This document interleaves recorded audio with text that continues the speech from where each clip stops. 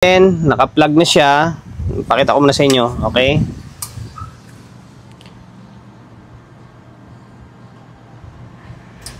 Ayan, kapag ganyan na lumalabas or umiilaw yung bulb, ibig sabihin merong mataas na bias diyan. Merong mataas na bias.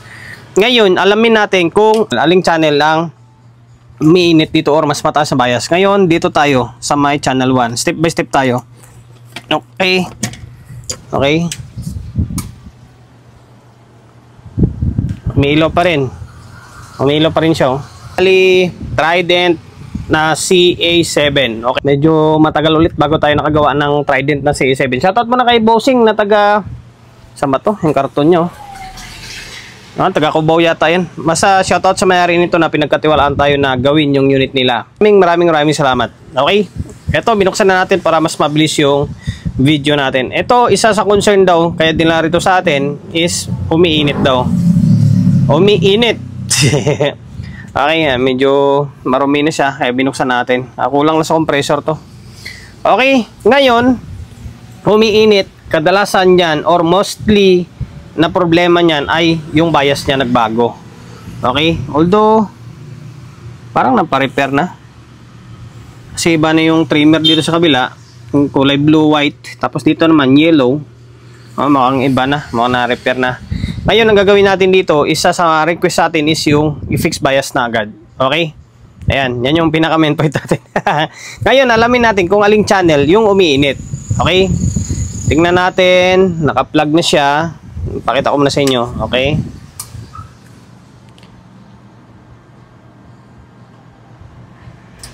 Ayan, kapag ganyan na lumalabas or umiilaw yung bulb, ibig sabihin merong mataas na bias dyan. Merong mataas na bias. Ngayon, alamin natin kung anong channel. Kung aling channel pala, hindi kung anong channel. Aling channel ang umiinit dito or mas mataas na bias. Ngayon, dito tayo sa my channel 1. Step by step tayo. Okay.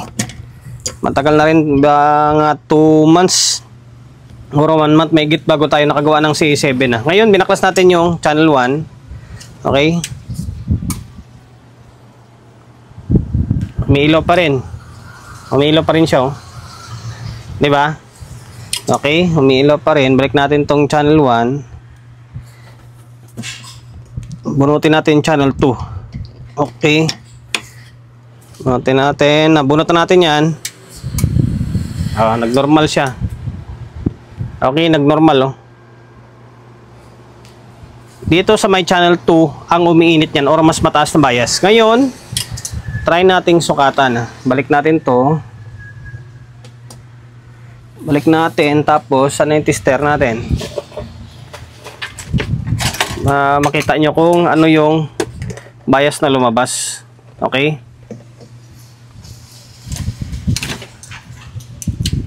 Okay, naka-on na yan. Ano, bumaga ulit siya. Dito,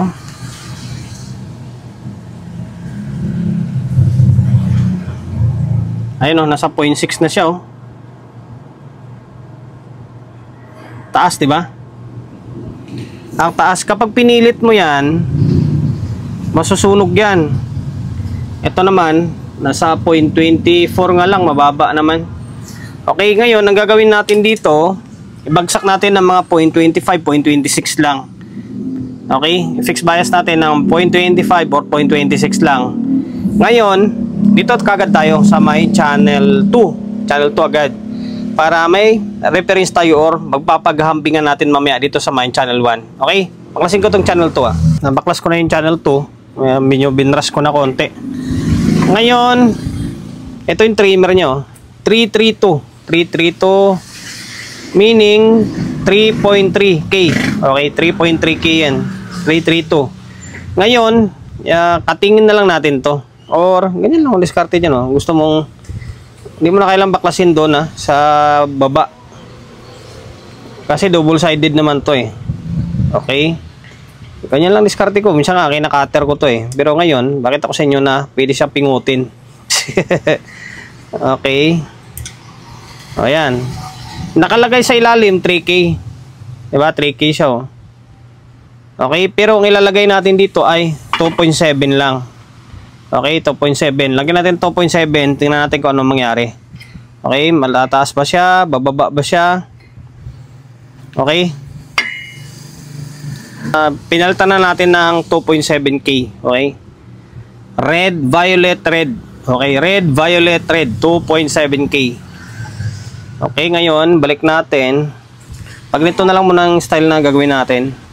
Hindi natin muna ibalik sa may pinaka-casing niya. Makakasukat naman tayo ng bias kahit dito lang yan eh. Okay, para in case na may babaguhin tayo, hindi na tayo magbabaklas ulit dun sa may loob. Ngayon, saan natin lagay yung tester? Ito ba? Pwede ito dito. Switch on natin. Wala kayong makikitang indicator dito kasi hindi nakakabit yung ibang kable. Ayun, tingnan nyo, bumaba siya. Nawala na. Diba? Nawala na yung ilaw niya. Ang tanong nito, kung ano yung bias na magiging kalabasan. Okay. Ayan, nasa 0.26. Ayan, ito naman yung bias na ginagamit ko eh. Okay. Mas maganda to. Ayan siya 0.26. Ngayon, ang gagawin natin dito ay dadagdagan natin ng output. Okay? Dagdagan natin ng output to. Yung blanco niya is dadagdagan natin para mas matibay siya. Okay? And then, isa rin yan sa mga request natin yan. May mga blanco-blanco, dinadagdagan na natin agad. Okay, dagdagan muna natin to ng output bago natin siya ibalik. No need na magdagdag ng resistor para sa may emitter and then sa may base niya kasi may nakaabang na siya. Okay, may nakaabang na. C5200 and then A1943. Okay, naging normal na yung bias natin ha. Nagdagdag na ako ng output A and then C. Ito yung sa maba Okay, ngayon balik na natin to. And then, kalimutan ko pala sabihin guys ha. Kapag nagdagdag kayo ng output, huwag nyo kalimutan lagyan ng sapin na. Baka mamaya magdagdag kayo na walang sapin. Ayari. Yan, kailangan may sapin kayo. Kailangan may meka. Okay? Ngayon, balik ko to. Tapos pasadaan natin yung isang channel. Nabaklas na natin yung channel 2. Yung channel 1, nabalik na natin. Okay? Iba na yung trimmer na gamit. Although 302 rin naman. Or ay, hindi. 302. 3K pa lang ginamit dito. Yung isa ay 3.3. Pwede naman. Nasa pag-adjust na lang ng biasing yan. 332 ito. Ito 302. Ibig sabihin, napalitan na dati ito. Ngayon, wala tayong ibang gagawin niya kundi pingutin. Diba? Pingutin natin. Yan na diskarte ko. Hindi ako nagbabaklas yan sa may board. Sa may ano tawag yan? Sa may heatsink.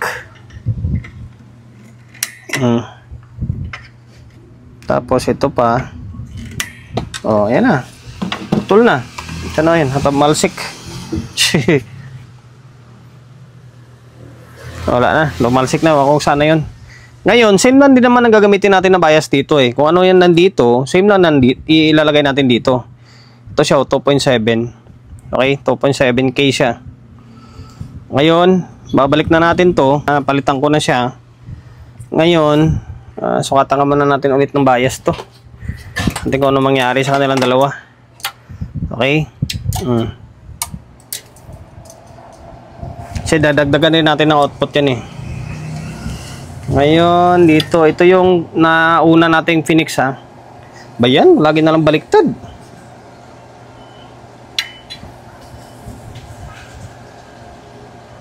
Ayan, nasa 0.26. Dito, same lang yan.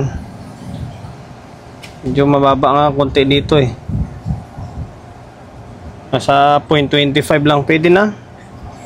Pwede na rin yan. Dito. May volts na naman eh.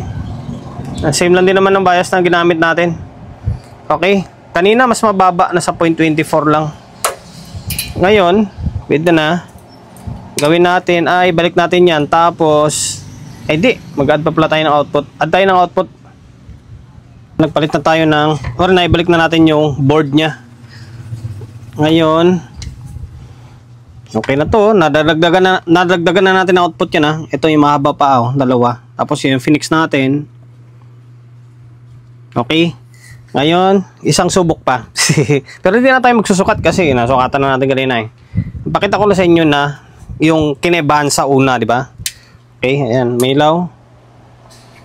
Wala na siya, pinong-pino. Dapat ganyan. Okay, ngayon maglalagay tayo ng speaker. Tingnan natin kung sana wala na ibang problema. Yun lang, di ba? Kami may problema pa yung makontrol or sa input. Sana wala na. Okay, maglalagay ako ng speaker and then audio input Okay, naglagay na tayo ng speaker. Ito, maipit to eh. Ayan, dito dalawa. Mayroon yung audio input. Ang laptop natin gumagana na. Okay. Ngayon, play natin. Or volume natin.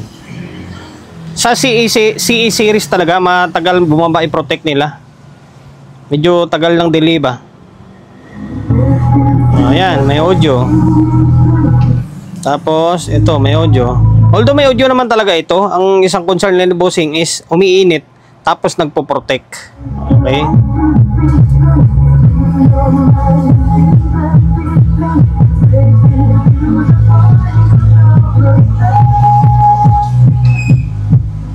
Okay.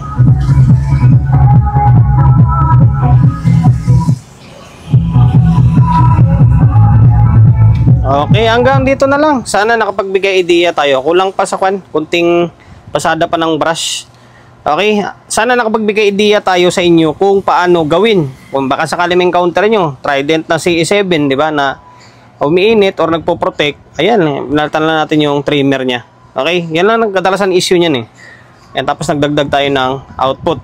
Sir ng Cubao, bali ito, okay na. Working na ulit yung Trident na CE7 ma. Okay, hanggang dito na lang. Mabilis ang video lang.